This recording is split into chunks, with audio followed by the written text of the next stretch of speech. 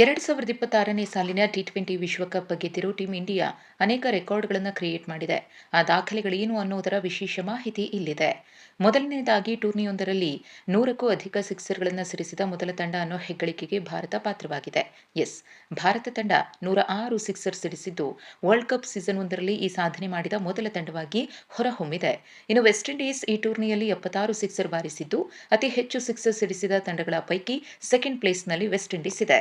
ಹಾಗೆ ಫೈನಲ್ ಪಂದ್ಯದಲ್ಲಿ ಗರಿಷ್ಠ ರನ್ಗಳ ಅಂತರದಿಂದ ಗೆಲುವು ಕಂಡಿದೆ ಭಾರತ.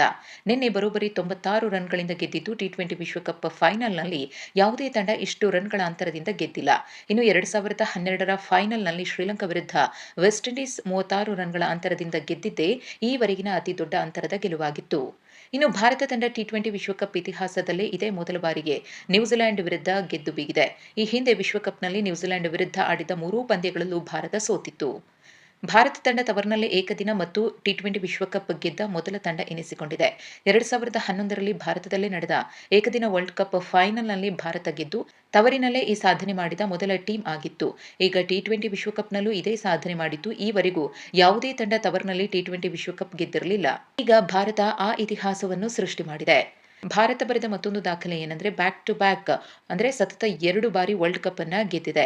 ಒಟ್ಟು 3 ಬಾರಿ ಟಿ20 ವಿಶ್ವಕಪ್ ಗೆದ್ದು ಭಾರತ ಇತಿಹಾಸವನ್ನ ಸೃಷ್ಟಿ ಮಾಡಿದೆ. ಈ ಹಿಂದೆ 2007, 2024ರಲ್ಲಿ ಬ್ಲೂ ಬಾಯ್ಸ್ ಚಾಂಪಿಯನ್ ಆಗಿದ್ರು. ಅಂತಾರಾಷ್ಟ್ರೀಯ ಟಿ20 ಕ್ರಿಕೆಟ್ನಲ್ಲಿ ಸತತ 2 ಪಂದ್ಯಗಳಲ್ಲಿ 250ಕ್ಕೂ ಹೆಚ್ಚು ರನ್ ಕಲೆ ಹಾಕಿದ ಮೊದಲ ತಂಡ ಭಾರತ ಆಗಿದೆ. ಟಿ20 ಕ್ರಿಕೆಟ್ನಲ್ಲಿ ಸನ್ರೈಸರ್ಸ್ ಹೈದರಾಬಾದ್ ಮಾತ್ರ ಈ ಸಾಧನೆ ಮಾಡಿತ್ತು. 2024ರ ಐಪಿಎಲ್ನಲ್ಲಿ ಆರ್ಸಿಬಿ ಡೆಲ್ಲಿ ವಿರುದ್ಧ ಸನ್ರೈಸರ್ಸ್ ಸತತ 2 ಪಂದ್ಯಗಳಲ್ಲಿ 250ಕ್ಕೂ ಅಧಿಕ ರನ್ ಗಳಿಸಿತ್ತು. ಹೀಗೆ ದಾಖಲೆಗಳ ಮೇಲೆ ದಾಖಲೆಯನ್ನ ಭಾರತ ನಿನ್ನೆಯ ಟಿ20 ವಿಶ್ವಕಪ್ನಲ್ಲಿ ಬರೆದಿದೆ.